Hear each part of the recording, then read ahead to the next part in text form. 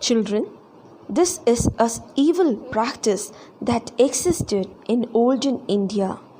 Yes, this is Sati, where a wife dies along with her dead husband. Hi children, good day to all of you. In the last chapter, we studied about the first war of independence and many tribal reforms. Today, we'll discuss about some social reform movements and the evil practices that existed in our society. The India is a new era, okay? And now let's start with the evil practices that existed in our society. Sati is an evil practice that prevailed in India. Several such social evils and practices prevailed in India, like child marriage, prohibition on widow remarriage, human sacrifice, female infanticide, and slavery. Several reform movements came up in the 19th century to fight against these evil practices. Social consciousness that developed due to the English education and rational thinking led to these reform movements. The protest against the evil customs and superstitions, freedom of women, spread of education, and a sense of pride on Indian culture were the common features of these movements.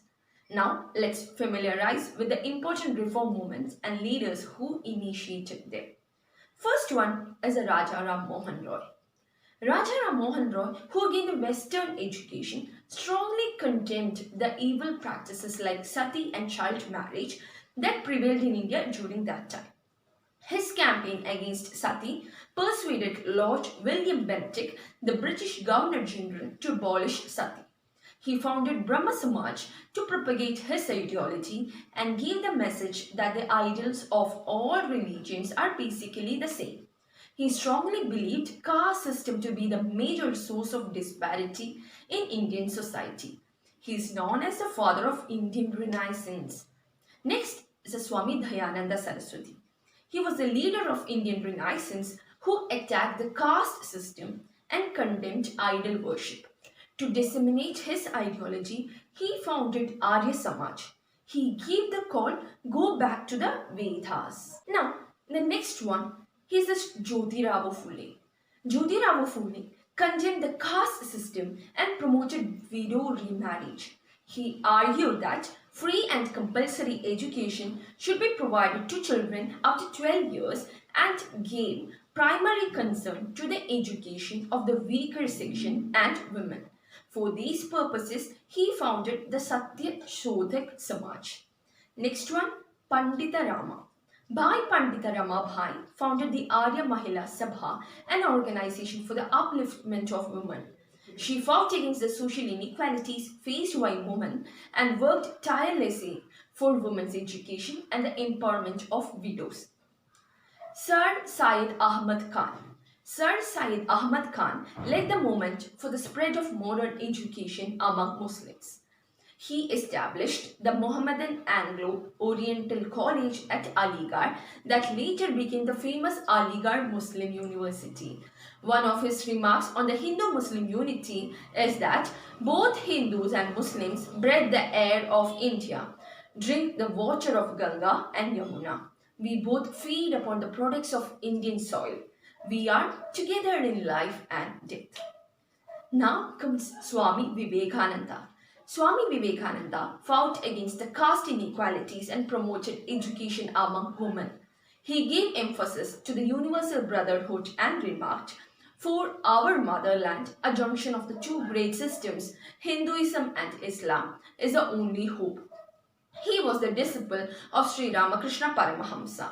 He founded the Ramakrishna mission to propagate the teachings of his master. The mission established several educational institutions all over India.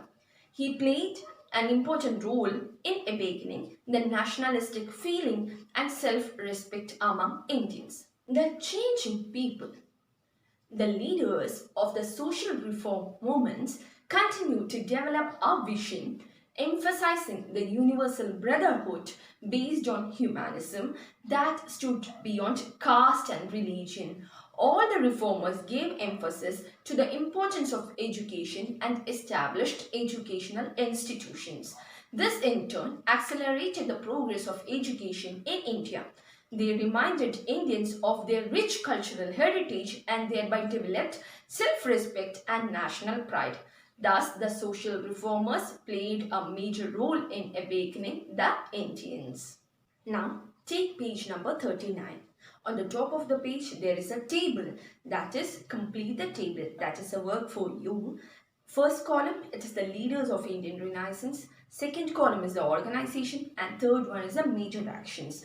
So, go through the video once again and read the textbook and complete the table. The next activity or the work for you is discuss the role of social reformers in creating a social consciousness beyond the religious boundaries. So there are two activities. First one is complete the table and second one is the question that you must write in your notebook. I will repeat it once again. Discuss the role of social reformers in creating a social consciousness beyond the religious boundaries.